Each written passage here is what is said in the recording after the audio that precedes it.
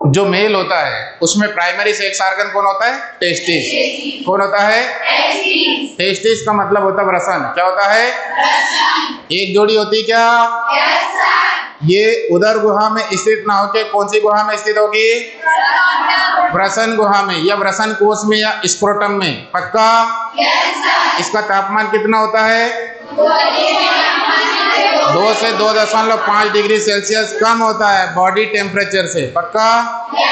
और हमारे शरीर का तापमान कितना होना चाहिए? होना चाहिए नहीं, होता है। कितना? 37 डिग्री सेल्सियस। पक्का?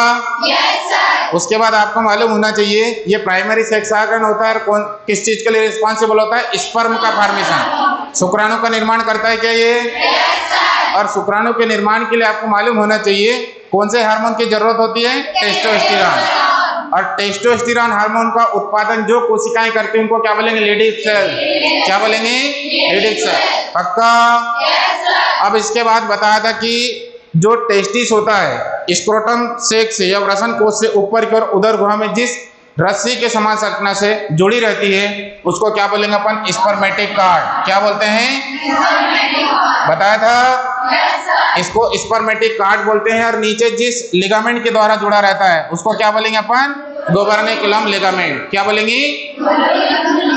यहां तक समझ में आया सभी को? ठीक है। अब इसके बाद मैंने बताया था इसकी संरचना, इंटरनल स्ट्रक्चर। तो सबसे आउटर लेयर को बोलते हैं ट्यूनिका वेजाइनलिस। क्या बोलते हैं? पक्का?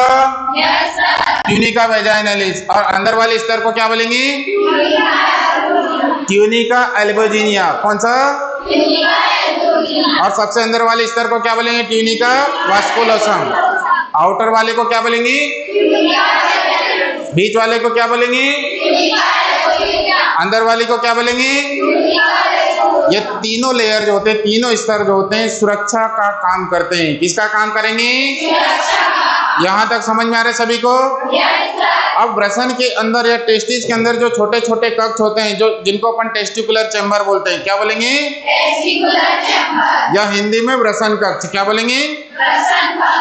और आपको मालूम होना चाहिए एक व्रसन में व्रसन कक्ष कितने होते हैं? 250। कितने होते हैं? 250। और एक व्रसन कक्ष में आपको मालूम होना चाहिए 1 से 3 सेमिनिफेरस नलिकाएं होती है। क्या होती है?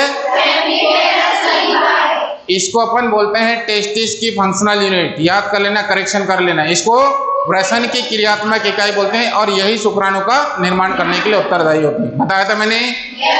ठीक है। अब ये जब बाहर निकलती, देखो रिवीजन की बेला है ये, जब ये बाहर निकलते हैं, ठीक है, तो आपको मालूम होना चाहिए जाल के समान, नेटवर्क के समान संरचना में मॉडिफाइड हो जाते हैं जिसको बोलते हैं रेटी टेस्टिस। क्या बोलेंगे?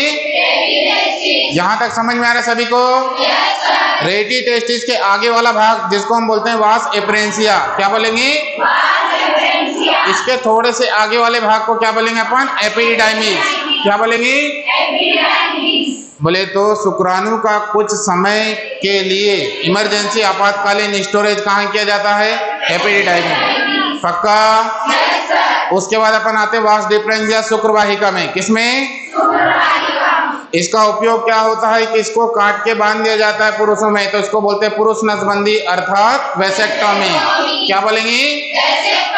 यहाँ तक समझ में आ रहा है? वास डिफरेंस को या शुक्रवाहिका को काटकर बांध दिया जाता है ताकि निषेचन को रोका जा सके। पक्का? और ये वास डिफरेंस और शुक्राशय जब आगे जाके एक नलिका के माध्यम से जब